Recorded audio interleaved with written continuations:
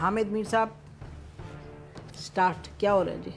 اچھا، ایک اتفاق کی بات یہ ہے کہ لاہور میں جہاں جہاں پر بھی جاتا تھا نا، کچھ سیاستدان جو ہیں کوئی چائے پہ بلا رہا تھا، کسی کو میں خود ملنے جاتا تھا، تو میں جب جس کسی کے پاس بھی گیا کم از کم تین بڑے پولیٹیشین، تو انہوں نے کہا کیا ابھی نسیم ذرا ابھی آپ سے آگے وہی نکلی ہے آپ یہ پہلے میں آپ کیا کر رہی تھی وہاں؟ کیونکہ حامد اگر اس پہ بات کرنی ہے تو فیری ٹیل پہ تو نہیں، پھر جا کے پتہ ہے تو چلیں، کرنا صرف ایک جگہ پہ میرا اور آپ کا ٹاکرا ہوا، لیکن باقی جو تین جگہیں آپ گئی ہیں وہ بڑی امپورٹنٹ، چلیں دو جگہ پہ گئی ہیں، تیسری پہ آپ کی اور میری ملاقات ہو گئی تھی۔ تو دیکھیں، پہلی تو میری personal opinion as a journalist وہ یہ ہے کہ میں یہ سمجھتا ہوں کہ یہ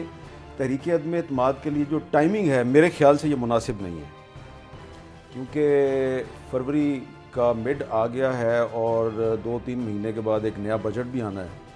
تو 23 مارچ بھی قریب ہے، تو اگر تو یہ تحریک عدم اعتماد اگلے 1.5-2 ہفتے میں پیش کرتے ہیں تو پھر تو ان کے کامیابی کے امکانات ہیں، ادروائز پھر 23 مارچ بھی آ جائے گا، پھر رمضان بھی آ جائے گا، پھر اس کے بعد بجٹ بھی آنا ہے، تو یہ کتنا اس کو لٹکائیں گے، تو ٹائمنگ جو ہے اس پہ میرے کچھ تحفظات ہیں۔ But on the other side جو لوگوں سے میل ملاقات کر کے جو انفارمیشن ہمارے پاس آئی ہے، تو وہ انفارمیشن جو میں سمجھتا ہوں کہ ٹی وی چینلز اور اخبارات میں وہ چیزیں نہیں ریفلیکٹ نہیں ہو رہی جو صورتحال ہے، اور شاید یہ ایک بڑی کانشیس ایفرٹ ہے اپوزیشن پارٹیز کی طرف سے کہ وہ جو کچھ بھی کرنا چاہ رہے ہیں یا جو بھی ان کی پلاننگ ہے، تو وہ میڈیا سے اس کو تھوڑا سا چھپا رہے ہیں، اور بلکہ میں یہ لفظ استعمال کروں گا کہ یہ غلط خبریں بھی میڈیا کو دے رہے ہیں، پتہ نہیں اس کی کیا وجہ ہے۔ تو لیکن یہ ہے کہ یہ صورتحال کافی مجھے سیریس نظر آتی ہے۔